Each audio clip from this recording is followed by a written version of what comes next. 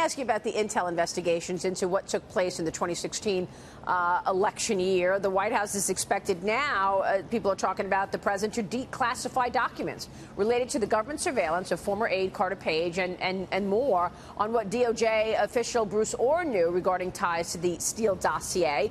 Lindsey Graham was on with me yesterday. Here's what he said on Sunday Morning Futures.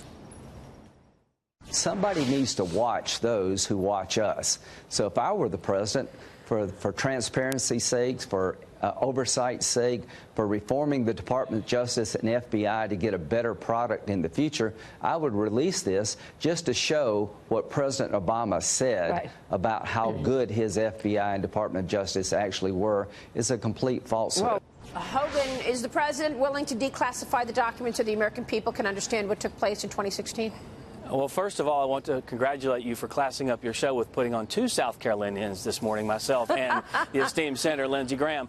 But I can tell you the president is looking into it. Look, it's obvious now. We've seen when the curtains pulled back what was going on, that there was inherent bias at the highest levels of the FBI against Donald Trump and for Hillary Clinton. The president is looking at doing this, but I don't have any announcement on it at this time. All right, let me turn to this New York Times anonymous op-ed and continued fallout there.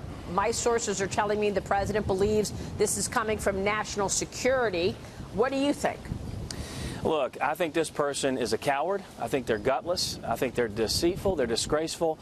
And they're showing their true colors. Someone who comes to this office every day, like myself, the hundreds of people behind me and across the street here at the EOB, we come here proudly to serve this president. This person is tarnishing thousands of people in the federal government who work and serve this president openly. We're proud of what we do here and the work this president has done. And what's so ridiculous about the op-ed was, policy-wise, the person said it was all great. He loved what the president was doing. He just didn't like the way he was doing it. Well, listen, the president was elected to shake up Washington, D.C. He's done that. He's moving through policies at a record pace. You've seen it in the economy. You've seen it with ISIS. You've seen it with wage growth. Highest wage growth actually in the past year. We had 3% wage growth, which was the highest amount of growth in the better part of a whole year, something that we hadn't seen in 10 years. It's incredible what this president's doing. And for someone to come to this office every day, somewhere in the administration, and hide behind some shady anonymous op-ed, have the guts to come out and say, it's me, put your name on it, and then the honorable thing to do, as Vice President Pence said, is to step down. Get out of the building, get out of whatever office and whatever hole you work in, because you're not doing the service of the American people. You're sure not doing the service of this president. Do you think you're going to find out who it is?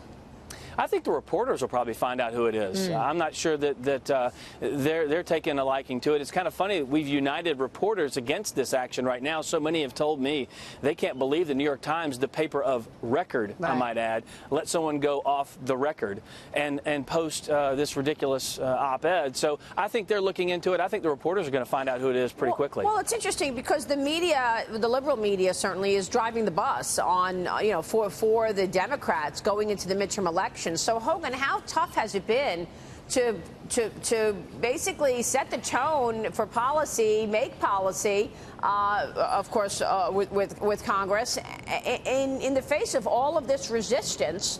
What are you expecting for the midterms?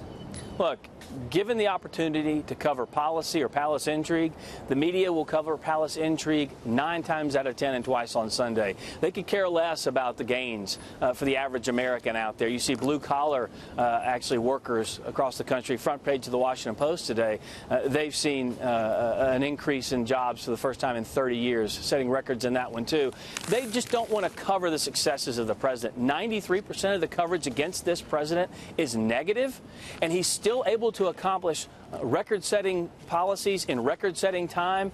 He has completely changed the fundamentals of politics, but also of policy growth and work. So many people told me when the president got elected that Washington, D.C. would shape him and change him to some degree. This president has done the opposite. He's changed this town. As soon as we accomplish something, if it's 10 o'clock in the morning, he tweets about another topic, and we're off to the races on something else. He doesn't rest by doing one thing and patting himself on the back and going across the country country and gloating on it. He actually keeps moving forward, doing more things for the American people because it's about accomplishments for real people. Yeah, but this election is one of the most consequential we've ever seen. Will voters come out because of the economic strength they're seeing or because of what they're reading in the mainstream media? I hope they come out because they're not going to don't believe your lying eyes, your lying pocketbooks. You're seeing more money in your pockets, more jobs across this country, hundreds of thousands of manufacturing jobs we told would never come back are coming back, hundreds of thousands of construction jobs. This president is getting it done for the American people, and I think they'll vote that way. All right, Hogan, we'll leave it there. Great to see you this morning. Thanks so much. Thanks so much for the time. Hogan Gidley at the White House.